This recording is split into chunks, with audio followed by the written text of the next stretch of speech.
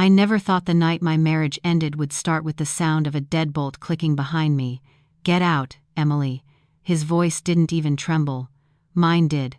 "Mark, please. It's freezing. Can we just talk inside?" My breath fogged in the air, shaky and white, drifting up into the cold Michigan sky.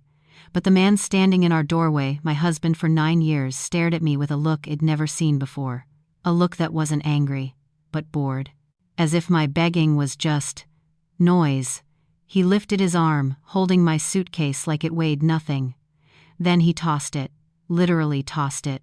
The wheels hit the frozen porch step, bouncing once before landing in the snow. "Haven't you heard me the first 10 times?" he said, leaning against the doorframe. "This marriage is done. I'm done. And you're not sleeping here tonight." My throat closed. "Mark, I have nowhere else. It's midnight." He shrugged. "Not my problem anymore." And then he slammed the door. The porch light flicked off. I stood there, trembling so hard I could hear my teeth clicking. Snowflakes drifted down, landing on my hair, melting along the collar of my thin sweater. I stared at the door, still hoping it might swing back open.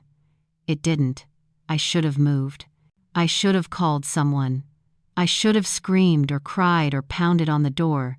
Instead, I just stood there, hugging myself as the wind cut straight through me, sharp and merciless. It wasn't supposed to be like this. Not after everything I'd done for him. Not after every promise we made.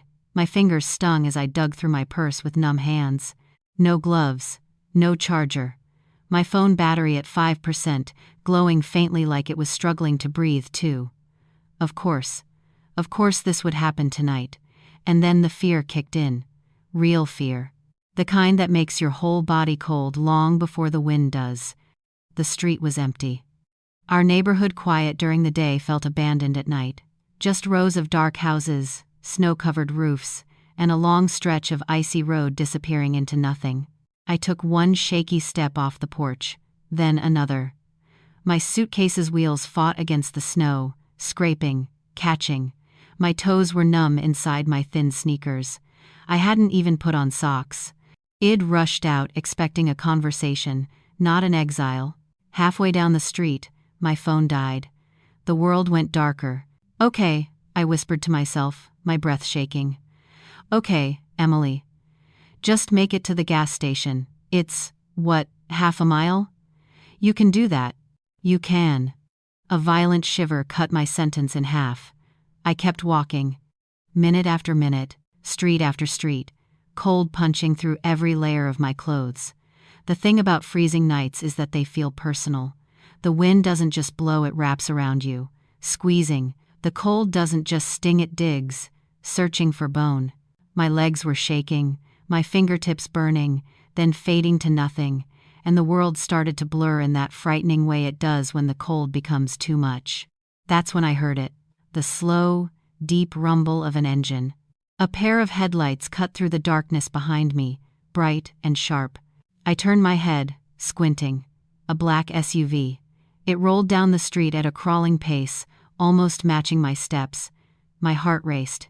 Fear? Relief? I couldn't tell. The SUV slowed even more, then stopped right beside me.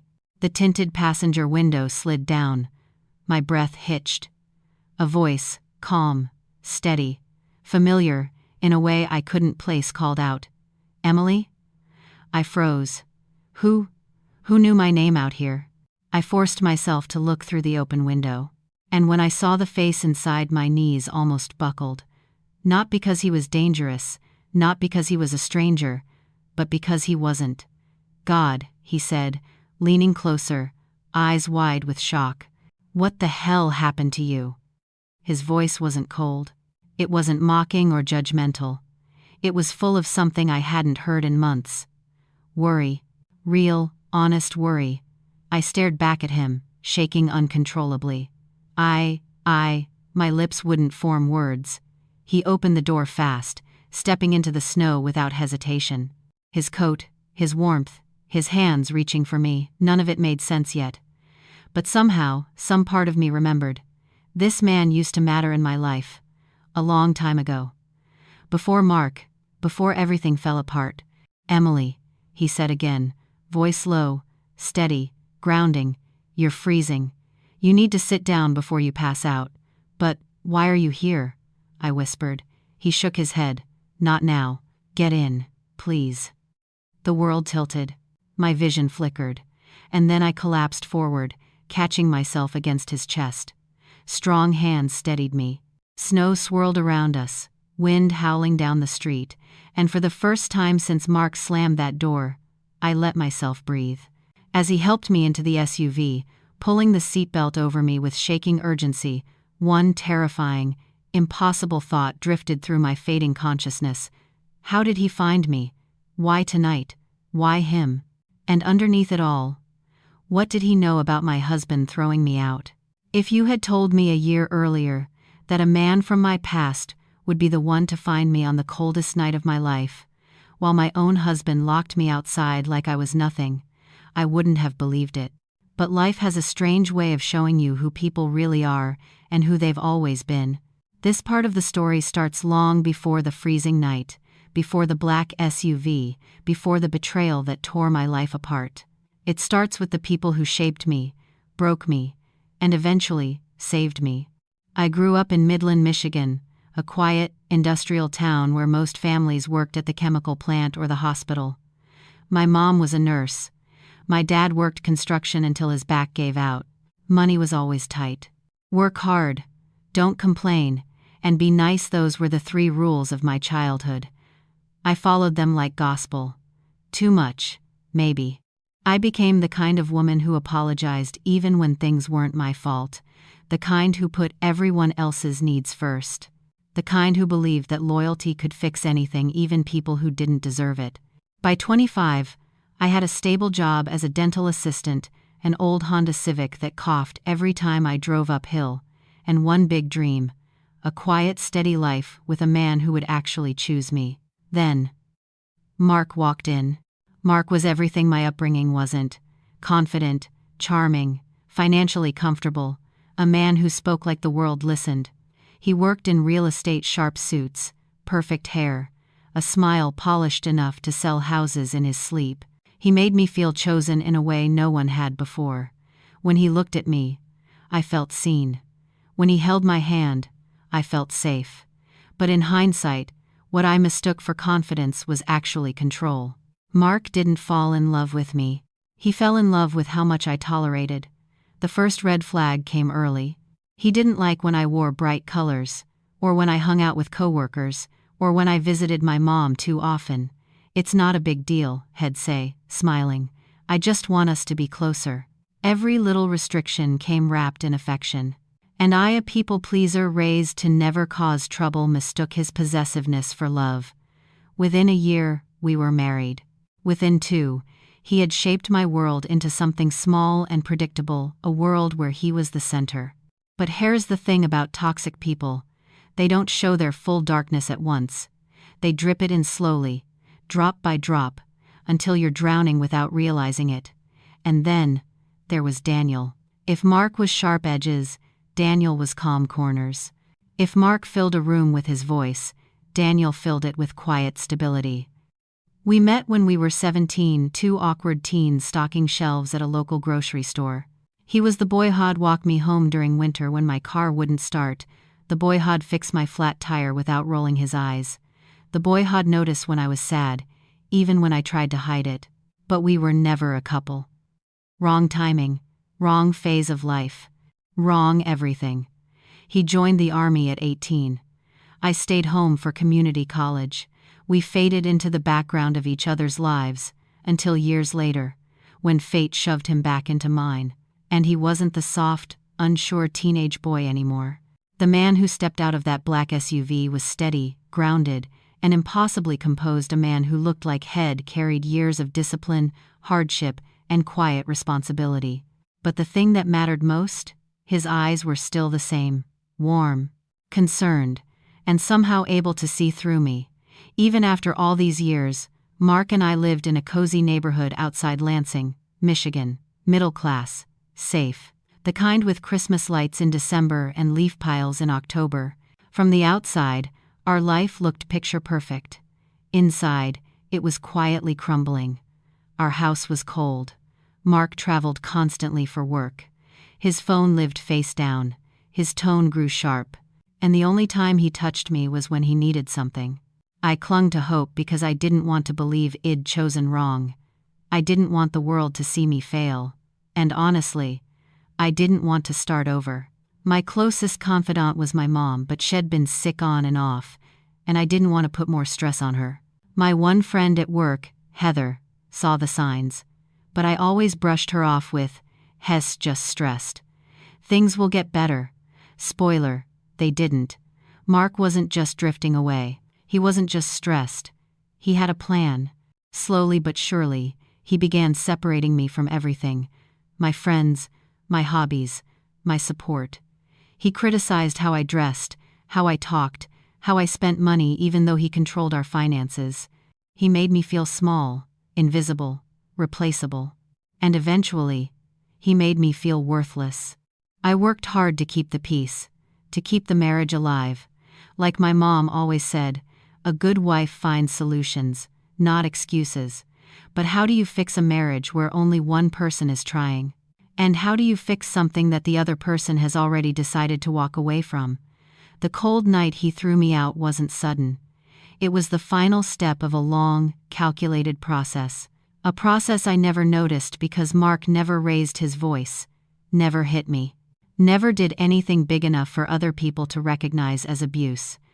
His cruelty was quiet, polished, socially acceptable, the kind that leaves no bruises, just invisible fractures in your spirit.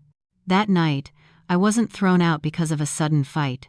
I was thrown out because I had become inconvenient. Because he had someone else. Because I no longer fit the image he wanted to show the world. And the universe, maybe out of mercy, sent the one person who could see through me, the one person who ever looked at me like I deserved better, Daniel. At this stage of the story, I didn't know the truth yet. That Mark's betrayal ran deeper than I imagined. That the reason he kicked me out wasn't the reason he claimed. That Daniel wasn't in that SUV by accident. That someone had warned him, and he came for me because he knew I wouldn't ask for help. I didn't know any of that. All I knew was this: my husband didn't care if I froze to death, and the man who did care was someone I thought I'd lost forever. This set up the woman who doesn't know her own strength, the husband hiding unforgivable secrets, the man whose return was anything but random is what leads to everything that happens next. The rising tension, the betrayal, the twist, the karma, the ending that changed my life. If someone had asked me 6 months before that freezing night whether my marriage was in trouble, I would have smiled and said, "No, we're just going through a rough patch." But the truth? The tension had been rising for a long time, slowly, quietly, like a pot of water heating on low. You don't notice the boil until the bubbles reach the edge. It started with something small. Mark stopped waiting up for me after work. Before, he'd be in the kitchen making dinner, or at least pretending to. Now, he'd be on the couch, eyes glued to his phone, screen tilted away. "Long day?" I'd ask, trying to sound upbeat. "Yeah," he'd mutter, thumb scrolling. "Don't start with questions." My head's fried. I'd freeze mid-step, unsure which question bothered him, the one I just asked or the millions he thought I might ask. He never clarified. He never needed to. I learned quickly. Quiet. Gentle. Don't provoke.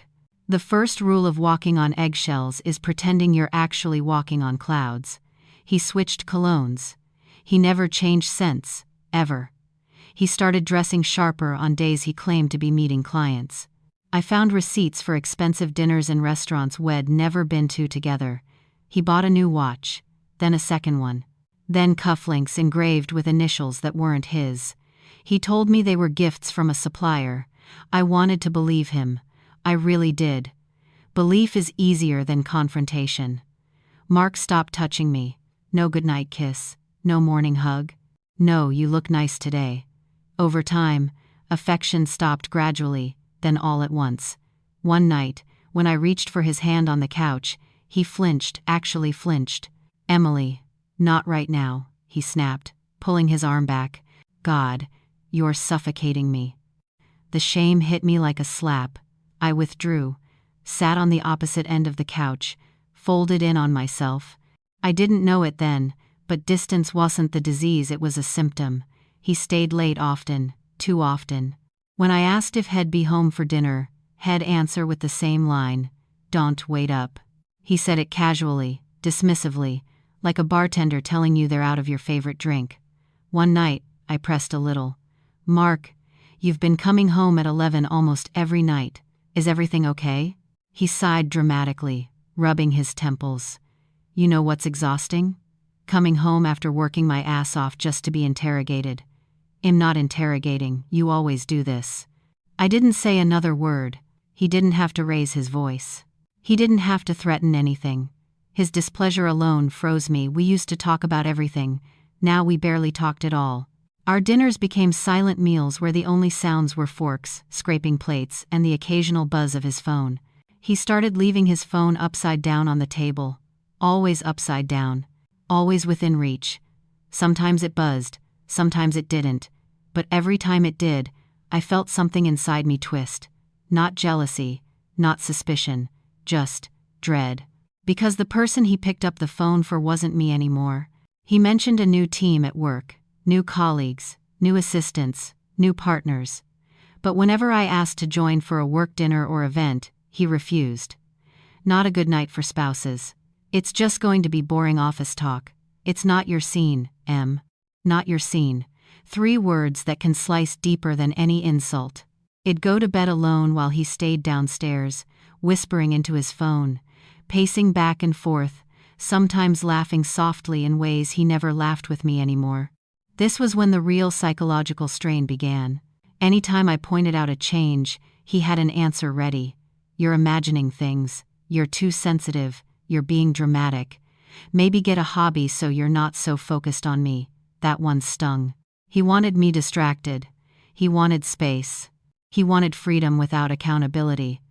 But I didn't see it clearly yet. I only saw what I wanted to see. A man under stress. A marriage in need of effort. A wife who needed to do better. One afternoon, I visited my mom. She watched me stir my tea absent-mindedly, noticed the dark circles under my eyes, and said gently, "Sweetheart, are you okay?" I forced a smile. "I'm fine, just tired." She reached out, covering my hand with her thin, warm one. "Emily, tired doesn't make people look like they're disappearing." Her words cracked something inside me. I didn't cry. But I wanted to. I wanted to tell her everything. How I felt lonely even while sharing a home with someone. How I felt invisible. How I felt like a burden. But I didn't want to worry her. So I swallowed the truth. And the truth swallowed me. Anxiety became a constant weight on my chest. I stopped sleeping well. I lost weight without trying. I found myself zoning out at work, replaying conversations with Mark in my head, trying to figure out where things had gone wrong. Heather, my coworker, noticed too. One day, while we were sterilizing tools, she nudged me. Are you seriously going to pretend everything's okay?" I blinked, startled. "What? Why wouldn't it be?" She gave me a look, one of those girl please looks. "You flinch every time your phone buzzes. And you keep touching your wedding ring like you're checking if it's still there." I looked down at my hand. She was right. I hadn't realized I was doing it. "It's just stress," I said softly. "Things at home are complicated. You know you can talk to me, right?" I nodded, but the words never came out. It's hard to talk about a slow death while you're still hoping CPR might work. The final shift in tension, the moment that shook me but didn't break me yet, happened 3 weeks before the night he threw me out. Mark came home at midnight, smelling of expensive perfume that definitely wasn't mine. I met him at the door. He froze. I froze. "Where were you?" I whispered. He stared at me, blankly, coldly. "At work." "No, Mark, that's not." He stepped closer, too close, his voice dropping. "You want to start a fight right now, after the day I've had?" I didn't answer. He leaned in until his forehead almost touched mine. "Don't push me, Emily." It wasn't a threat. It was a warning. A line being drawn. A boundary being set. A signal that the power dynamic had shifted completely. I stepped back without realizing it. He walked past me without another word. That was the moment I understood. He didn't love me. He didn't want me. And something was happening behind my back, something big, something dangerous, something he was preparing for. But I still didn't know the extent of it. I didn't know what was coming. I didn't know what he was planning. I didn't know why he was suddenly so cold. I just felt the tension tightening, like a rope around my ribs. And then 3 weeks later he threw me out into the freezing night. Not because I did something wrong, but because I was in the way. And that night, when the black SUV pulled up beside me, and Daniel stepped out, that's when the real story, the truth, the unraveling began. People always imagine betrayal as a lightning strike, loud, sudden, impossible to miss. But the truth? Sometimes it comes quietly, like a door closing behind you. And sometimes it comes violently, like the way mine did.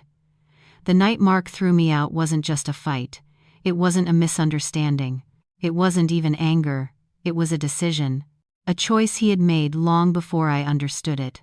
And it was the night everything I believed about love, marriage, and loyalty shattered in ways I didn't know were possible. It was a Friday, cold, windy, the kind of Michigan night that cut through layers like they weren't even there. I came home from work early. Heather had insisted I leave, said I looked like I was about to fall over. And honestly, she wasn't wrong. When I pulled into the driveway, I noticed something strange. A car I didn't recognize. Small, silver, sporty. Not a car a married man would forget to mention. I walked inside. The house was warm, but the air was wrong. Too quiet, too still, like a room full of secrets holding its breath. I set my purse down quietly, like a person entering a crime scene. Then I heard it, a woman's laugh. Soft, flirtatious, coming from the kitchen. My heart stopped. My feet moved before my mind caught up. I turned the corner, and there she was, a woman I had never seen before. Long dark hair, expensive coat tossed over the chair, a glass of red wine in her hand. She stood by my counter, in my kitchen, laughing like she lived there. And beside her Mark, my husband, holding a bottle of wine, leaning close, smiling in a way I hadn't seen in months. The world didn't just freeze, it cracked. My voice came out thin, trembling. They both turned. The woman's smile faded slowly, like she'd expected me much later. Mark didn't look startled. He didn't look nervous. He looked annoyed. "Emily," he said, exhaling sharply, "why are you home? Why am I? This is my house." He set the wine down, ran a hand through his hair. "This isn't what you think." "Oh, really?" My voice broke. "Then what is it, Mark?" He didn't answer. The woman stepped forward slightly. Her tone was calm, almost bored. "I should leave." "No." Mark lifted a hand, stopping her. "You stay. Stay." My stomach dropped. He wasn't ashamed. He wasn't sorry. He wasn't even pretending. Something inside me shattered quietly, like glass under a shoe. I backed up, gripping the counter for support. "How long?" I whispered. "Just tell me how long." Mark sighed dramatically, as if I were inconveniencing him. "Emily, please don't do this right now." "How long?" His jaw tightened, a slow, frustrated breath. Then he said it. 8 months. I felt the floor tilt. 8 months. While I cooked for him, while I tried to fix what I thought was drifting distance, while I blamed myself for everything wrong in the marriage. 8 months. I steadied myself on the counter, trying to breathe. "And you brought her here? Into our home?" "She needed a place to talk privately," he said coldly. "This is my house too. Talk privately?" I laughed, a wild, broken sound. "Are you serious?" He crossed his arms. "This is exactly why I didn't tell you sooner. You overreact. You panic. It's exhausting." I stared at him, numb. I wasn't panicking. I wasn't yelling. I wasn't throwing things. I was breaking. Quietly. Completely. I took a shaky step forward. "So what now? You just cheat on me and expect me to pretend everything's fine?" He didn't hesitate. No. I expect you to leave. The world stopped. What? He looked straight into my eyes, cold, detached. I want a divorce, and I want you out. Tonight. I blinked rapidly, convinced I'd heard wrong. This is my home too, I whispered. Not for long, he said, voice icy. I already talked to a lawyer. The house is under my name. You don't get to stay. My knees felt weak. You talked to a lawyer, before even telling me? He didn't answer. He didn't need to. He had been planning this for months, while sleeping next to me, while watching me cook dinner, while letting me believe we had a chance. Had been preparing to discard me like trash, and tonight in front of the woman he cheated with he was doing it. I tried to walk past him, needing air, needing space. He grabbed my arm, not hard enough to bruise but hard enough to stop me. Where do you think you're going? Outside, I whispered. I can't breathe. You're not walking away from this conversation. I'm not walking away, Mark. I'm falling apart. His grip tightened. The other woman looked nervous now. Mark. Maybe you should let her, he snapped. Stay out of it. That's when something in me snapped too. I yanked my arm free. Don't touch me, I whispered, voice trembling. His jaw clenched. His anger finally surfaced, cold, controlled, but unmistakable. You know what? Fine. He walked toward the door, yanked it open. Cold wind rushed in. Leave. Since you want to go outside so badly, leave. Mark, get out. He pointed to the dark, freezing night like it was a punishment. The woman stood frozen. I stared at him, praying he didn't mean it. But he did. He stepped aside, waiting. Out, Emily. I felt my heart tear in half. And then, he pushed. Not violently but firmly, decisively, with intent. I stumbled onto the porch, catching myself against the railing. The cold slapped me in the face. Before I could turn back, the door slammed shut, locked. I stood there, wearing only my thin work scrubs, no coat, no phone, no purse, just the clothes on my back and the breath freezing in front of me. I knocked once, softly. No answer. I knocked again. Harder. Mark. Please. The porch light flicked off. I wasn't his wife anymore. I wasn't even a person to him. I was a problem head removed. A burden head pushed outside. A nuisance he planned to forget. The cold crept into my bones. My teeth chattered uncontrollably. My fingers went numb. My breath shook. My body shook. My whole world shook. And I realized this was how he wanted the marriage to end. Not with closure. Not with honesty. Not with decency. But with humiliation. With punishment. With abandonment. I slid down onto the icy porch, hugging myself, tears freezing on my cheeks. Cars passed in the distance. Lights flickered in neighbors' windows. But nobody saw me. Nobody knew. Nobody cared. The life I built for 7 years had ended in 7 minutes. I felt smaller than I ever had, more alone than I ever imagined possible. And I whispered into the night, "Please, someone, help me." I didn't expect an answer, but fate had already heard me, because minutes later, just as my body began to give in to the cold headlights swept over me, bright, slow, deliberate. A black SUV rolled to a stop in front of the house. The engine idled. The driver's door opened. Boots crunched on the frozen driveway. And then Emily? A familiar voice. Deep, calm, impossible. I looked up through blurry eyes and saw the last person I expected. Daniel. I remember sitting there in that clinic room, wrapped in a blanket a nurse had given me, the smell of disinfectant filling the air, while my hands wouldn't stop trembling. Not from the cold anymore, but from everything that had just collapsed inside me. The nurse had stepped out for a moment, and I sat on the exam table staring at the tiled floor, waiting for the doctor, waiting to understand why my body had betrayed me at the exact moment my life had shattered. Then the door opened softly. But it wasn't the doctor. It was the man from the black SUV. He stepped inside quietly, as if he wasn't sure I'd want him there. "Hey," he said, his voice low, warm. They told me you might need someone in the room. I can leave if I shook my head before he could finish. No. Stay. I didn't know why those words came out. Maybe because he was the only human being who hadn't looked at me like a burden tonight. Maybe because my husband had discarded me like trash. Or maybe because when he picked me up off that frozen street, it was the first time all night I'd felt seen. He stepped closer but kept a respectful distance. "You're safe now," he said softly. My throat tightened. Safe. I hadn't felt safe in years. A moment later the doctor entered.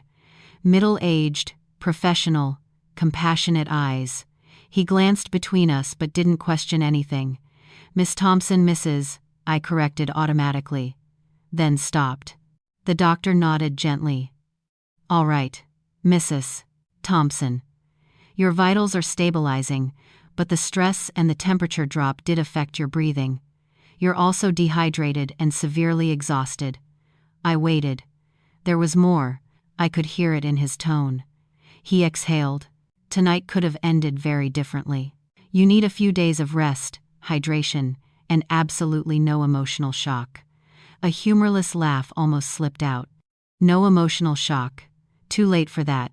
When the doctor left, silence filled the room again. I stared at the floor, then finally whispered. He threw me out. The man, his name was Ethan, I'd learned earlier, sat in the chair across from me. "You don't have to explain," he said. "But I wanted to. Or maybe I needed to." He said I bring bad luck. Bad energy. That I'm the reason everything goes wrong for him. He said dead weight. My voice cracked. I covered my mouth. Ethan's brows pulled together, anger flickering in his eyes, not at me, but for me. "That's not luck," he said. "That's cruelty." A tear slipped down my cheek. "I didn't do anything wrong tonight," I whispered. I wasn't yelling. I wasn't accusing him. I just needed him to listen. "And he chose to hurt you, instead." I nodded. He leaned forward, elbows on his knees. People show their true character when someone needs them most. There was something steady, grounding, in his voice. I breathed, slowly, trying to steady the storm inside me. Ethan spoke again. "You don't have to go back there tonight. If you need a place to stay, my sister has a guest house on her property. It's private, safe, and warm. You won't be alone." I stared at him, stunned. "You don't even know me." "I know you didn't deserve what happened to you tonight," he said simply. "That's enough." Something inside me cracked open, not in pain, but in relief. But then fear rushed in. What if he comes looking for me? What if Ethan shook his head? If he cared enough to look for you, he wouldn't have thrown you out. And that truth hit harder than anything my husband had said all week. Later, as the nurse finished my discharge papers, I stepped outside the clinic for a moment. The cold air stung my skin, but nothing like before. I wrapped the blanket tighter around me. Lights glowed from passing cars, snowflakes drifted slowly. The world was quiet. Then I heard a soft voice behind me. "It's going to be okay." I turned. Ethan stood there, hands in his coat pockets, face gentle. "Why are you being so kind?" I asked. He didn't answer right away. Instead, he looked up at the sky the way people do when gathering courage. "Because a long time ago, someone saved me on a night just like this. And it changed my life. So now when I see someone freezing, shaking, abandoned," he met my eyes. "I don't walk away, my breath caught in my chest. Not because of romance, this wasn't that. It was because for the first time in so many years someone was speaking to me like I mattered." When we walked toward his SUV, I hesitated beside the passenger door. A part of me whispered, "Is this smart? Is this safe? Is this right?" Another part whispered back, "Anything is safer than going home." But before I could climb in, headlights flared from across the parking lot. A car, a familiar one. My heart stopped. Nathan's car. He parked crookedly, as if head rushed. The driver's door slammed open. Nathan stepped out, furious, wild-eyed, scanning the lot until he found me. "Emily!" His voice thundered across the silence. Every muscle in my body froze. He stormed toward us. Ethan subtly stepped closer, not blocking me, not touching me, but placing himself within reach if I needed protection. Nathan stopped a few feet away. "What the hell do you think you're doing?" he snarled. My lips trembled. I couldn't answer. His eyes flicked to Ethan, and he jabbed a finger in his direction. "And who the hell are you?" Ethan stayed calm. "I'm the person who helped your wife when you left her freezing on the side of the road." Nathan's chest rose and fell. Rage, shame, some twisted mix of both. Then he glared at me. "Get in the car, Emily. We're going home." My heart hammered. The old version of me, the quiet one, the obedient one, nearly stepped forward. But something stopped me. The memory of the cold, the pain, the words he screamed, the way he threw me out. I lifted my chin, not high, not defiant, just steady. "No," I whispered. Nathan blinked as if he hadn't heard right. "What?" I swallowed. "I'm not going home with you." And right there, under the harsh parking lot lights, with snow drifting between us, everything began to shift. Not loudly, not dramatically. Just a single, shaky decision that would unravel everything he thought he controlled. A turning point. The beginning of an awakening. And the moment Nathan realized, he was losing the one thing he believed he owned. Nathan stared at me like I'd just spoken a language he'd never heard before. His jaw clenched, his eyes narrowed. That familiar storm of control and entitlement flashed across his face. "Emily," he said slowly, like a warning. "You're coming with me. Now." But the word I'd spoken, the one he never expected, hung in the air between us. No. Ethan didn't move, didn't provoke him, but he remained right where he needed to be. A quiet wall standing between danger and safety. Nathan's lip curled. "Oh, I get it," he hissed. "You're doing this for him, right? You meet some stranger in a car and suddenly you grow a backbone. You think this guy's some hero? Hez just picking up strays." My stomach twisted, but not from his insult. It was the first time I realized how predictable his cruelty had become. I straightened slightly. "This isn't about him," I said. "It's about what you did." Nathan scoffed. "Oh, don't be dramatic. I didn't. It wasn't Emily. You're blowing things out of proportion. I was freezing on the sidewalk," I whispered. "You locked the door." His nostrils flared. And then that ugly, mocking laugh slipped out, the same one he used whenever he wanted to make me feel stupid. "You always make everything sound worse than it is." "That's enough," Ethan said quietly. Nathan swung toward him again. "Stay out of this." But then something shifted. Nathan's expression twitched. His eyes darted not to me, not to Ethan, but toward the clinic's glass doors. I followed his gaze. A nurse stood inside the lobby, watching us. Not just watching, recording us on her phone. Nathan paled. And for one quick, satisfying second, he realized that this scene could be used against him. He lowered his voice. "Emily," he muttered harshly, "don't do something you'll regret." But before I could respond, Nathan's phone buzzed loudly in his pocket. Over and over and over. Notifications, calls, messages.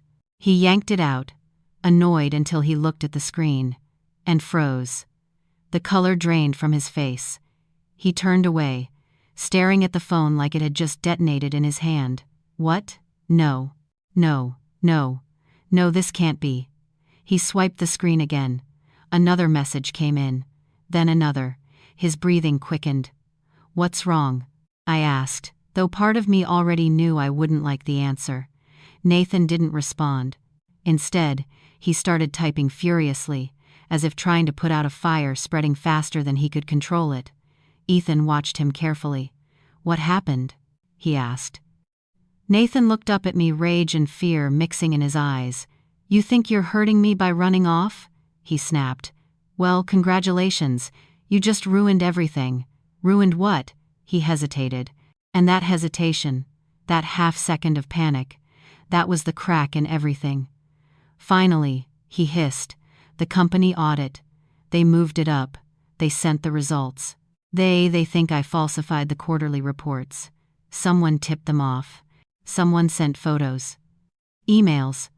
My breath caught. Photos? I repeated. What photos? He turned away, running a trembling hand through his hair. This is a disaster. A complete nightmare. Emily, you need to come home. Now. We need to figure out a plan. What photos? I asked again, this time harder. But Nathan remained silent, jaw clenched, eyes wild. And then the truth washed over me like ice water. He wasn't worried about me. He wasn't worried about our marriage. He wasn't even here because he cared. He was here because he needed me. He needed a witness. A cover. A partner to stand beside him while he spun another lie. Ethan must have sensed it too. What kind of photos? He asked calmly. If you didn't do anything wrong, why are you this scared? Nathan snapped. You don't get to question me. You don't even know who I am. Ethan stayed cool. Quiet. No, he said, but I know what guilt looks like. Nathan's eyes shot to me. Emily, he said, voice shaking now. You're coming home with me. Right now. You're going to help me fix this. If you don't, he stopped himself. But it was too late. I already knew what he was about to say. If you don't, I'll make sure this becomes your problem too. That's how he operated. Threats hidden behind concerns. Love used as a weapon. Loyalty demanded, never earned. And that's when it hit me this wasn't just about tonight. This was the truth behind years of gaslighting and manipulation. He never wanted me safe. He wanted me silent. And suddenly, the plot twist snapped into place. Because as Nathan stood there, begging and threatening and unraveling all at once, I realized something he didn't know yet. Something the nurse had told me earlier. Something she had seen when I was admitted. A detail so small, I hadn't understood the weight of it. The nurse had seen the bruises blooming across my arms as my temperature rose. She had photographed them for the clinic file. She had documented everything, and mandatory reporting laws had already kicked in. A case number had already been opened. Review officers were already notified. This moment, this confrontation wasn't just emotionally charged. It was evidence, recorded, witnessed, archived. Nathan wasn't just losing control of me. He was losing control of the narrative, and he didn't even know it yet. I looked him straight in the eyes. I'm not going home with you, I said again this time, steady, clear, and unbreakable. Nathan's face twisted. This isn't over, he spat. He turned, stormed back to his car, and sped out of the lot so fast the tires screamed. Snow swirled in his wake. Ethan exhaled slowly. You okay? He asked. I nodded barely. Because for the first time, I wasn't scared of Nathan. I was scared of what would come next. Because something told me that audit wasn't the only secret about to explode, and this twist was only the beginning. The world felt strangely quiet after Nathan's car screeched out of the parking lot. No yelling, no demands, no threats cutting through my thoughts. Just silence. And the cold breath of winter settling over everything. Ethan didn't rush me. He didn't ask questions. He simply opened the passenger door of the SUV and waited. For the first time in years, I didn't feel pushed or controlled. I felt free to choose. So I chose. I got into the SUV. His sister's guest house sat behind a cozy little farmhouse about 15 minutes outside the city. Christmas lights still glowed along the porch railing even though the season had already passed. The snow on the roof caught the moonlight, making the whole place look like a tiny refuge carved out of winter. Inside, the air smelled like cinnamon and clean laundry. A fireplace crackled. A soft lamp warmed the room. There was a couch, a little kitchenette, a bed with a quilt neatly folded at the end. Warmth wrapped around me the moment I stepped inside. Physical warmth, emotional warmth, and something deeper. Safety. Ethan set my bag down. A bag the nurse had helped me throw together. He kept his voice gentle. You can lock the door from the inside. I won't bother you. If you need anything, just text. My sister's house is 20 steps away. My throat tightened again, but not from fear. This time it was because of how unfamiliar kindness felt. Thank you, I whispered. He nodded, gave a small smile, and stepped back outside. When the door clicked shut, I sank onto the edge of the bed and let out a long, shaky breath. And for the first time in months, I cried not from pain, but from release. The next morning, everything changed. I woke up to my phone vibrating nonstop on the nightstand. Messages, emails, missed calls. My hands trembled as I picked it up. At least 20 missed calls from Nathan, 8 voicemails, 3 long, frantic texts. But it wasn't the messages from him that mattered. It was the one from an unknown number, Mrs. Thompson, this is Officer Ramirez. We need to speak with you regarding a domestic safety report filed last night. My heart thudded.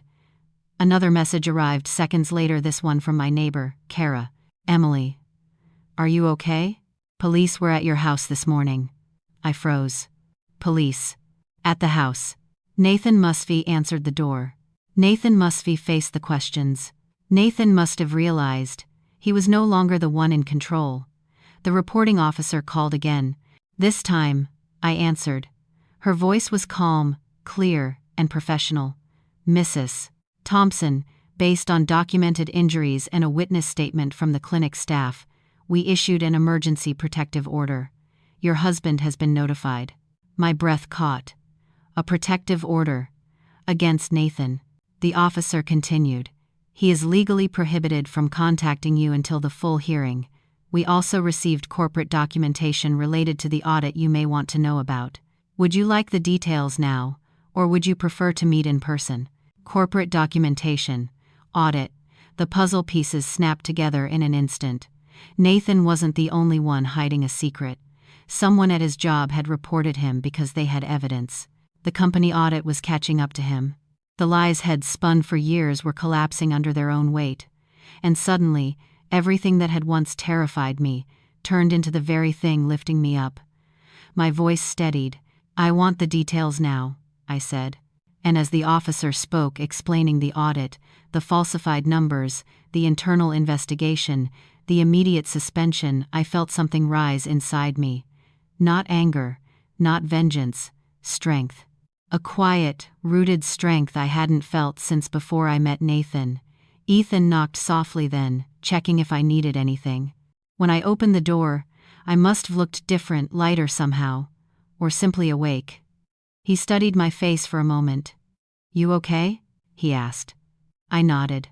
I think, I said softly, my life is finally turning around. Because the truth was undeniable. Nathan's downfall had already begun. And for the first time, I wasn't going down with him. Karma doesn't always arrive loudly. Sometimes it walks in quietly, wearing the same shoes as justice. And in Nathan's case, it arrived fast.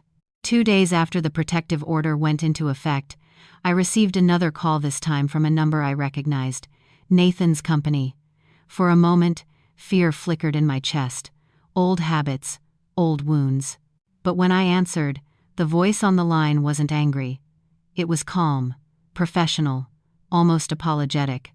Mrs. Thompson? This is Valerie from Human Resources at North Point Financial. I'm reaching out because your husband listed you as an emergency contact. My stomach tightened. What happened? A short, uncomfortable silence. I'm calling to inform you that Nathan has been placed on immediate unpaid leave pending further internal investigation. The audit uncovered significant discrepancies linked to his department. He became extremely agitated when informed. I exhaled slowly. Agitated was corporate speak, for he lost control. Valerie continued carefully. He insisted you would vouch for him, that you'd confirm he wasn't responsible. But the documents we received suggest otherwise. Documents. The word echoed in my mind. He wasn't just emotionally abusive. He wasn't just manipulative. He had been lying professionally, cutting corners, hiding losses, forging numbers, and expecting me to provide an alibi. The trap he built for years had finally snapped shut, not on me, on him. Later that afternoon, a different call came through. This time from Officer Ramirez again. Mrs. Thompson, just updating you. Your husband violated the protective order by attempting to contact you multiple times today. We already issued a formal warning. If it happens again, he will be taken into custody. My chest lifted with something like relief. Finally. A boundary he couldn't twist. A line he couldn't cross without consequences. And I didn't have to fear what would happen next. Because someone finally believed me. That evening, as the snow fell softly against the guest house windows, I sat with a warm mug between my hands. Ethan's sister had invited me to dinner earlier, but I wasn't ready to talk to anyone. I needed quiet. I needed to feel the shift happening inside me. I opened my phone. Nathan's missed calls and messages were still there, blocked, silent, powerless. His last voicemail, recorded before the officers warned him, held a voice I barely recognized. Desperate, angry, begging. "Emily, you need to fix this. They think I lied. You have to tell them I didn't. Don't do this to me. Don't throw away everything we built. Everything we built." As if I hadn't spent years holding together a home, he kept shattering. As if I hadn't spent nights alone, unheard, unseen. As if I hadn't nearly frozen on the sidewalk while he locked the door. I deleted the voicemail. Then, for the first time in the entire ordeal, I smiled. Not because he was suffering, but because karma had finally stopped knocking and walked right in. Nathan had spent years claiming I was lucky to have him. Years insisting I couldn't survive without him. Years painting himself as the victim whenever he hurt me. But now, his lies were exposed. His mask was cracked. His control was gone. And the universe quietly, unmistakably, was giving him exactly what had earned. Meanwhile, I was warm, I was safe, and I was free. In the weeks after Nathan's downfall, my life shifted in ways I didn't expect but deeply needed. The protective order remained in place. Nathan was suspended, facing both legal and professional consequences. Every call, every message he sent was blocked. The fear and anxiety I had carried for years, the constant tightness in my chest, the nights spent staring at the ceiling wondering when the next attack would come, began to lift, almost imperceptibly at first. I started sleeping again. Really sleeping. Not just tossing and turning, waiting for him to call, to arrive, to hurt me. I could finally breathe. My body, which had been tense for so long, relaxed in ways I had forgotten were possible. And more than physical relief, a sense of inner awakening took root. I realized something fundamental. I had survived. I had survived betrayal, abandonment, humiliation, and the slow erosion of my dignity. And that survival wasn't just about endurance. It was about claiming myself back. With Nathan out of the picture, I began to reclaim spaces he had controlled. I found a small apartment downtown, just enough space for me and my cat, Leo, cozy, warm, my own. Every corner of that apartment reminded me that I had choices now, choices he had tried to take away for years. I went back to work fully, but this time I didn't just show up. I excelled. Heather noticed immediately, and one afternoon she pulled me aside. "You're glowing, Em," she said, smiling. "It's like you finally remember who you are." I smiled, and for the first time in a long time, I felt pride in myself, not because someone approved, not because I was pleasing anyone, but because I had reclaimed my own story. Meanwhile, Nathan's life was unraveling in ways he had tried to prevent. The internal audit revealed fraudulent activity he couldn't cover up. His colleagues who once feared him now avoided him. The protective order meant he couldn't contact me, and the legal filings ensured he couldn't manipulate or intimidate anyone connected to me. I didn't need to gloat. Watching him struggle wasn't revenge, it was justice, and in a strange way, I felt peace in knowing the universe had a way of balancing itself. Even when human cruelty seemed overwhelming, Ethan remained a quiet, steady presence. He never pushed, never intruded. He only offered support when I needed it. We became friends, first true friends. Trust grew slowly. Conversations flowed, laughter returned, and I realized that kindness wasn't something to fear. It could be a lifeline. He didn't save me in a romantic sense, he saved me by showing me that not everyone would hurt me. That sometimes, help arrives when you've been abandoned, and that safety isn't just a dream. And in that realization, I found strength beyond fear. Standing by the window of my new apartment one chilly evening, sipping tea, I thought about that night, the night he threw me out into the freezing darkness. I remembered the snow, the panic, the loneliness, and the terror. And then I remembered the headlights of the black SUV. Ethan's calm, steady voice. The warmth of a place where I was safe. I realized that night hadn't just been about betrayal. It had been a catalyst. It forced me to see clearly. It forced me to stop blaming myself for his cruelty. It forced me to wake up to my own worth. Some people are meant to teach you lessons not with gentle whispers, but with storms. Nathan taught me what false love looks like. The black SUV and the kindness of strangers taught me what real compassion feels like. And the universe, through the protective order, the audit, the accountability Nathan finally faced, taught me this. You cannot control others. You cannot change those who choose cruelty. But you can reclaim yourself. You can survive. You can rise. Months later, I walked down a snowy street in downtown Detroit. Leo snug in my backpack, a cup of coffee warming my hands. The world was quiet, not empty, not perfect, but quiet enough for reflection. I smiled at a stranger. The barista called me by name. The city lights reflected on wet asphalt, and I thought about that black SUV. About the night I almost gave up. I didn't just survive the betrayal. I transcended it. I didn't just find safety. I found strength.